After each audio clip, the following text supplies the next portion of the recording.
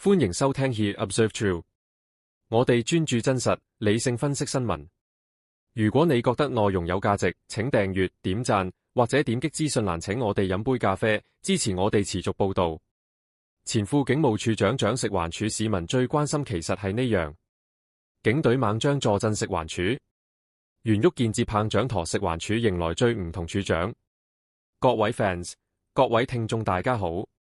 香港官場近日又有一單相當惹人關注嘅人事消息。政府公布，由前警務處副處長行動袁旭健喺2026年6月16日起接替吳文傑，正式出任食物環境衛生署署長。消息一出，即刻引起唔少討論。原因好簡單，一般市民心目中，食環署同警隊好似一個管街市、管食肆、管垃圾，一個就維持治安、打擊罪案。表面睇落好似兩條完全唔同嘅跑道，但今次新處長偏偏就係由警隊高層背景出身，於是坊間即刻出現一句玩笑：以後阿婆霸位、非法擺檔、後巷垃圾堆，會唔會都變成高規格處理？當然，呢句只係市民茶餘飯後講笑。不過認真分析，政府今次安排其實釋放咗幾個重要信號。首先，今次食環署署長職位屬於公開招聘，換句話講，並唔係沿用以往傳統，由部門內部或者政務官體系自然晉升，而係向外尋找認為最合適嘅管理人才。而袁旭健最終脫穎而出，反映當局睇重嘅未必只係部門資歷，而係執行能力、統籌能力同改革能力。再睇返袁旭健履歷，佢1986年加入警隊，歷任刑事情報、刑事調查、反罪惡工作等多個崗位，之後一路晉升至警務處副處長行動，可以話幾十年警察生涯，大部分時間都喺處理大型管理同執法工作。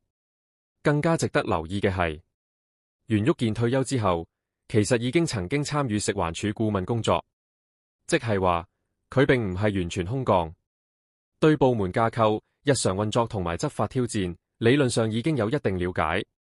不過市民最關心嘅，可能唔係履歷，而係一句：食環署未來會變成點？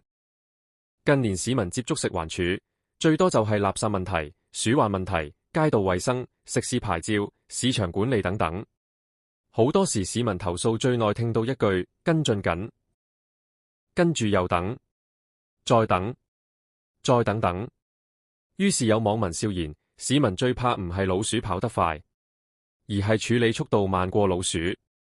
所以部分支持者認為，由紀律部隊出身人士掌舵，可能最直接改變就係提升執行效率。以前可能開會研究，以後可能研究完即做；以前可能文件傳3轉，以後可能3句講完就落場。當然，另一邊亦有人認為，食環署始終唔係執法部隊，部門工作涉及大量民生協調，例如小販、街市、餐飲業界、居民組織等等。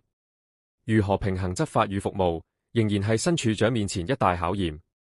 講到底，市民其實冇乜興趣理處長係邊個背景，大家真正關心嘅只有幾樣嘢：街道有冇乾淨咗？鼠患有冇少咗？垃圾有冇快啲清？投訴有冇快啲處理？如果做到呢幾樣，市民自然收貨。如果做唔到，就算履歷幾威水，市民都會照樣問一句：咁結果呢？而今次人事任命另一個值得觀察嘅地方，就係近年政府部分重要管理崗位開始更加重視執法同管理背景。外界普遍認為，未來政府部門主管選拔模式可能逐步由傳統資歷導向轉向能力導向同任務導向。袁旭健上任之後，究竟會為食環署帶來新氣象，定係只係換人唔換風格？答案相信好快就會揭曉。各位 fans 又點睇？你認為警隊背景主管掌舵民生部門，會唔會令執行力提升？留言區一齊傾下。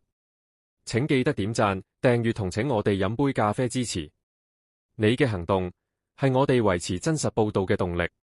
下集見。